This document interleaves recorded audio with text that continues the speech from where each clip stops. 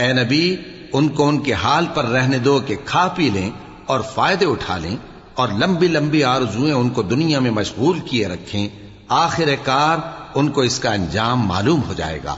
اور ہم نے کوئی بستی ہلاک نہیں کی مگر اس کا وقت مقرر لکھا ہوا تھا۔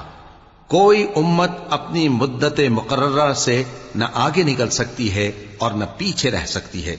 اور کفار کہتے ہیں کہ اے شخص جس پر نصیحت کی کتاب نازل ہوئی ہے تو دیوانہ ہے، اگر تو سچا ہے تو ہمارے پاس فرشتوں کو کیوں نہیں لے آتا؟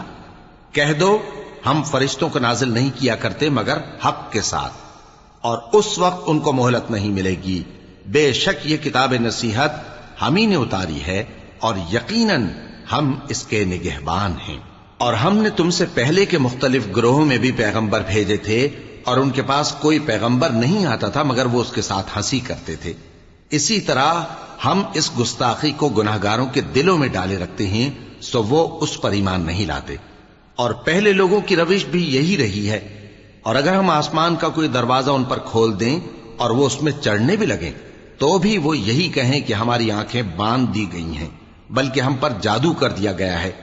اور ہم نے آسمان میں برج بنائے ہیں اور دیکھنے والوں کے لیے اس کو سجا دیا ہے، اور ہر شیطان مردود سے اسے محفوظ کر دیا ہے۔ ہاں اگر کوئی چوری سے سننا چاہے تو ایک روشن انگارہ اس کے پیچھے لپکتا ہے، اور زمین کو ہم نے پھیلایا اور اس میں پہاڑ بنا کر رکھ دیے اور اس میں ہر ایک چیز اندازے سے اگائی۔ اور ہم نے تمہارے لیے اور ان لوگوں کے لیے جن کو تم روزی نہیں دیتے اس میں معاش کے سامان پیدا کیے، اور ہمارے ہاں ہر چیز کے خزانے ہیں اور ہم اس کو بمقدار مناسب اتارتے رہتے ہیں۔ اور ہم ہوائیں چلاتے ہیں جو پانی سے بھری ہوئی ہوتی ہیں، سو ہم آسمان سے مے برساتے ہیں، پھر ہم تم کو اس کا پانی پلاتے ہیں اور تم تو اس کا خزانہ نہیں رکھتے۔ اور یقیناً ہم ہی حیات بخشتے اور ہم ہی موت دیتے ہیں، اور ہم ہی سب کے وارث ہوں گے۔ اور جو لوگ تم میں پہلے گزر چکے ہیں ہم کو معلوم ہے، اور جو پیچھے آنے والے ہیں وہ بھی ہم کو معلوم ہے۔ اور تمہارا پروردگار قیامت کے دن ان سب کو جمع کرے گا، وہ بڑا دانا ہے، خبردار ہے۔ اور ہم نے انسان کو کھنکھناتے سڑے ہوئے گارے سے پیدا کیا ہے، اور جنوں کو اس سے بھی پہلے بے دھوئیں کی آگ سے پیدا کیا تھا۔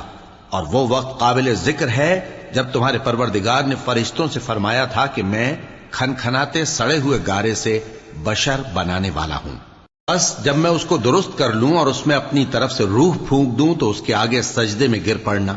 چنانچہ فرشتے تو سب کے سب سجدے میں گر پڑے مگر شیطان کہ اس نے سجدہ کرنے والوں کے ساتھ ہونے سے انکار کیا۔ فرمایا اے ابلیس تجھے کیا ہوا کہ تو سجدہ کرنے والوں میں شامل نہ ہوا؟ اس نے کہا میں ایسا نہیں ہوں کہ انسان کو جس کو تو نے کھنکھناتے سڑے ہوئے گارے سے بنایا ہے سجدہ کروں۔ فرمایا یہاں سے نکل جا کہ اب تو مردود ہے اور تجھ پر قیامت کے دن تک لعنت برسے گی۔ اس نے کہا کہ پروردگار مجھے اس دن تک مہلت دے جب لوگ مرنے کے بعد زندہ کیے جائیں گے۔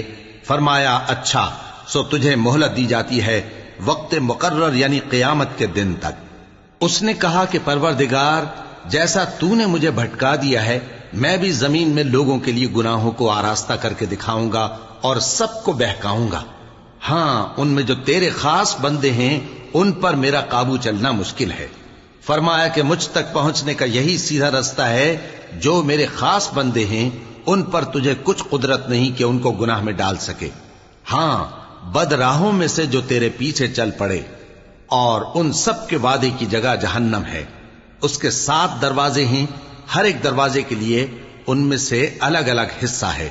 جو متقی ہیں وہ باغوں اور چشموں میں ہوں گے، ان سے کہا جائے گا کہ ان میں سلامتی اور امن و اطمینان سے داخل ہو جاؤ، اور ان کے دلوں میں جو کدورت ہوگی ہم اسے نکال دیں گے، گویا بھائی بھائی مسندوں پر ایک دوسرے کے سامنے بیٹھے ہوں، نہ ان کو وہاں کوئی تکلیف پہنچے گی اور نہ وہ وہاں سے نکالے جائیں گے۔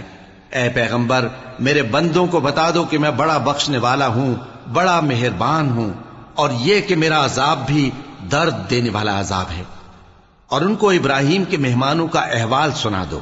جب وہ ابراہیم کے پاس آئے تو سلام کہا، انہوں نے کہا کہ ہمیں تو تم سے ڈر لگتا ہے۔ مہمانوں نے کہا کہ ڈریے نہیں۔